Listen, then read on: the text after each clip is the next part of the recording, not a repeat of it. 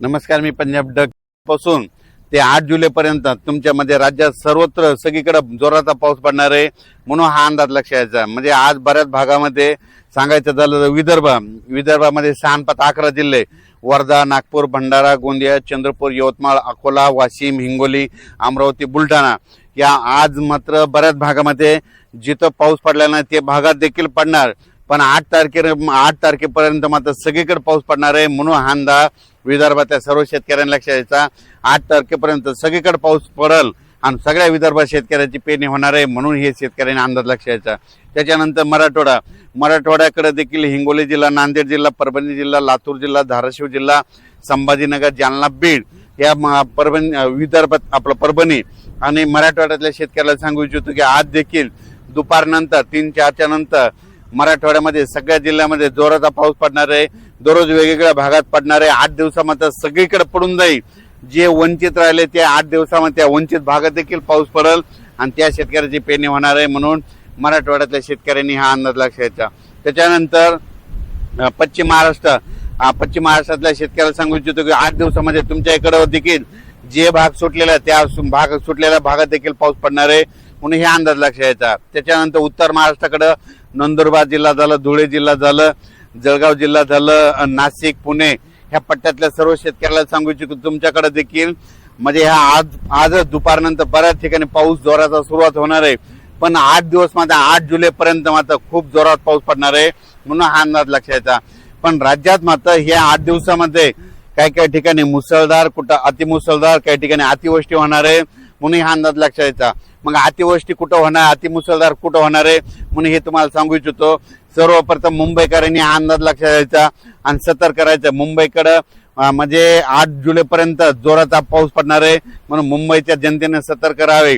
पुण्याकडे देखील खूप पाऊस पडणार आहे। अहिल्यानगर जिल्ह्यात देखील ह्या म्हणजे 8 दिवसामध्ये अतिवृष्टी होईल, काही ठिकाणी मुसळधार पाऊस पडणार आहे। उत्तर महाराष्ट्राकडे नंदुरबार जिल्हा, नाशिक जिल्हा, जळगाव जिल्हा, धुळे जिल्हा, संभाजीनगर, त्याच्यानंतर बुलढाणा जिल्हा, अकोला जिल्हा, अमरावती ह्या पट्ट्यात मात्र अतिमुसळधार पाऊस पडणार आहे म्हणून हा अंदाज लक्षात घ्यायचा।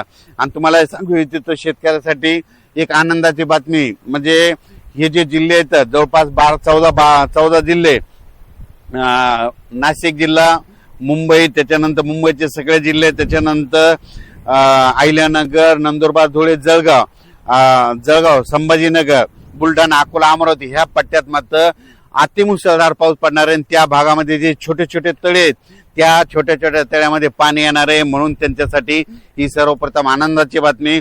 त्याच्यानंतर राज्यातल्या हे जे पाऊस आहे तिकडे जर मुसळधार पाऊस पडत असला तर उर्वरित राज्यात मात्र रिमझिम कुठं जोरात कुठं पेंडोल तासा पाऊस पडणार आहे ना 8 दिवसात मात्र संपूर्ण महाराष्ट्र व्यापून टाकणार आहे म्हणून हे अंदाज लक्षात घ्यायचा।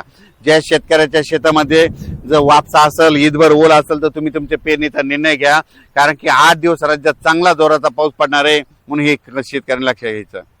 या पावसाचा विशेष आहे की कमी वेळात जास्त पाऊस पडणार आहे म्हणून हा सर्व शेतकऱ्यांना अंदाज लक्षात घ्यायचा। पश्चिम महाराष्ट्रातल्या शेतकऱ्याला सांगू इच्छितो बारामती झालं, सातारा जिल्हा, सोलापूर जिल्हा, सांगली जिल्हा त्या भागात देखील म्हणजे आजपासून बऱ्याच भागामध्ये पाऊस सुरू होणार आहे म्हणून अंदाज लक्षात घ्यायचा।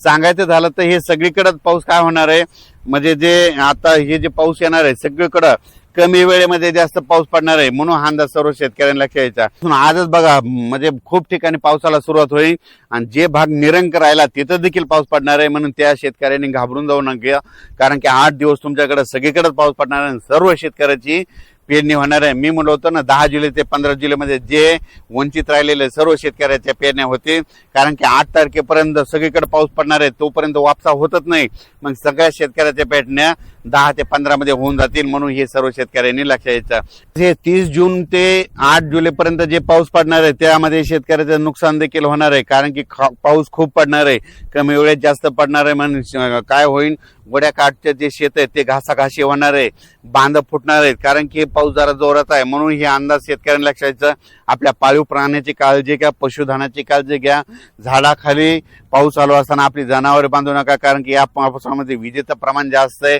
वारं देखील आहे म्हणून हा अंदाज सर्व शेतकऱ्यांनी लक्षात घ्यायचा।